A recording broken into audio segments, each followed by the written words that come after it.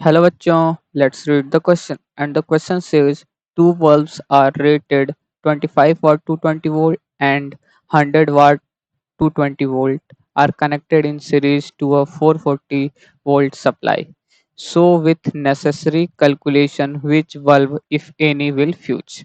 तो बेसिकली इस क्वेश्चन को सॉल्व करने के लिए जो की कॉन्सेप्ट है की कॉन्सेप्ट अगर हम लोग देखें इसमें ये हम लोग को लॉजिक लगाना है कि अगर एक बल्ब की जो रेटिंग है उसके हिसाब से जो उसके अंदर करंट फ्लो करना चाहिए उससे ज़्यादा अगर करंट फ्लो करेगा तो वो बल्ब फ्यूज हो जाएगी। ठीक, तो इस क्वेश्चन को सॉल्व करने के लिए जो की कॉन्सेप्ट है वो पहला हो जाएगा कि P is equal to V I. पहला इसी कॉन्सेप्ट पे लगेगा। दूसरा अगर इसको मॉडिफाई कर दें हम लोग तो हम लोग जानते हैं P इज इक्वल टू होता है वी स्क्वायर बाई आर। ठीक, तो इसी कॉन्सेप्ट पे ये क्वेश्चन सॉल्व हो जाएंगे। ठीक, तो अगर हम लोग इस क्वेश्चन को सॉल्व करें तो लेट से जो B1 बल्ब है B1 बल्ब के लिए 25 वॉट 220 वोल्ट है और B2 बल्ब के लिए है हमारे पास 100 वॉट 220 वोल्ट। ठीक, तो अब हम लोग का सिनेरियो कुछ ऐसा है जो हम लोग का बल्ब है वो सीरीज में जुड़े हुए हैं। सॉरी, बल्ब बनाते हैं तो ये हम लोग का एक बल्ब और ये दूसरा बल्ब कुछ ऐसे जुड़े हैं एक सप्लाई से जो 440 वोल्ट है। ठीक, ये ऐसे जुड़े हुए हैं। तो अगर हम लोग देखें तो अगर हम लोग बल्ब B1 के लिए करंट निकालें I1 तो हम लोग के लिए I1 क्या हो जाएगा, बल्ब जो B1 से जो करंट फ्लो हो रहा है। ठीक, तो निकालें तो I1 क्या हो जाएगा हम लोग के पास I इज इक्वल टू यहाँ से तो देखें तो P बाई वी हो जाएगा। P बाई वी तो पावर कितना है 25 और वोल्टेज वोल्टेज कितना अप्लाई हो रहा है तो इसके जो परमिसेबल है वो 220 ये हो जाएगा 220। तो देखें तो यहाँ से I1 क्या आ जा रहा है हम लोग के पास 0.1136 एम्पियर।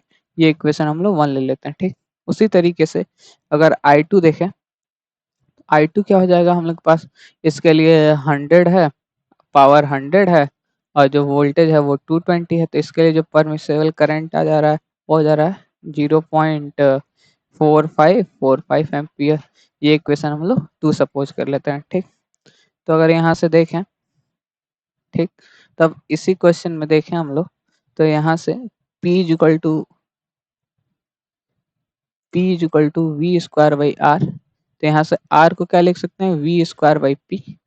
ठीक, तो यहाँ से हम लोग रेजिस्टेंस R1 क्या लिख सकते हैं, रेजिस्टेंस R1 क्या लिख सकते हैं हम लोग R1 हो जाएगा 220 पहले वाले बल्ब का resistance 220 whole square upon power 25।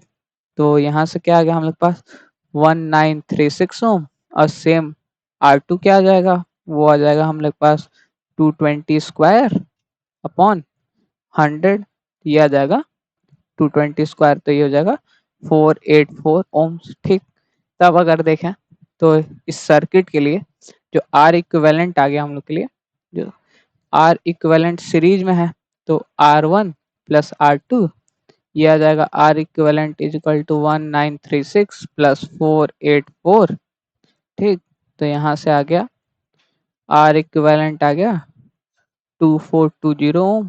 ठीक, तो अब अगर देखें V is equal to I R से तो सर्किट में करंट कितना फ्लो हो रहा है तो V is equal to I are.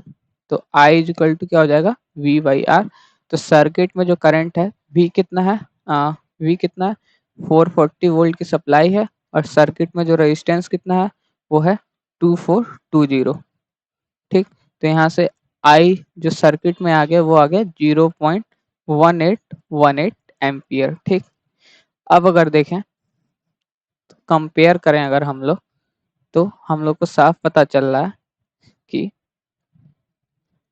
I1 जो है वो छोटा है, मतलब कि I is greater than I1 and I is less than I2। अब देखें तो सर्किट में जो करंट है वो I1 से बड़ा है, मतलब कि जो इसको जितना परमिसेबल मतलब कि ये जितना करंट को मतलब कि कर सकता है पर उससे ज़्यादा है तो ये फ्यूज हो जाएगा। और और बल्ब 2 के लिए देखें तो बल्ब 2 तो मतलब कि B1 विल फ्यूज। और I2 के लिए देखें तो I2 के लिए जो है मतलब कि बल्ब 2 के लिए देखें तो I2 मतलब कि ज़्यादा है, मतलब कि ये इतनी करंट झेल सकता है सर्किट में, पर इससे कम है तो उस पे कोई फ़र्क नहीं पड़ेगा, वो बस इंटेंसिटी उसकी कम हो जाएगी, ठीक। तो बल्ब B1 विल फ्यूज्ड, यही हम लोग का आंसर हो जाएगा। पर आंसर में हम लोग को लिखना होगा, तो आंसर हम लोग कैसे लिखेंगे कि bulb rated 25 watt to 20 volt will fuse। तो हम लोग का आंसर क्या हो जाएगा कि bulb rated 25 watt to 20 volt will fuse। Hope you understand it well. All the best. Thank you.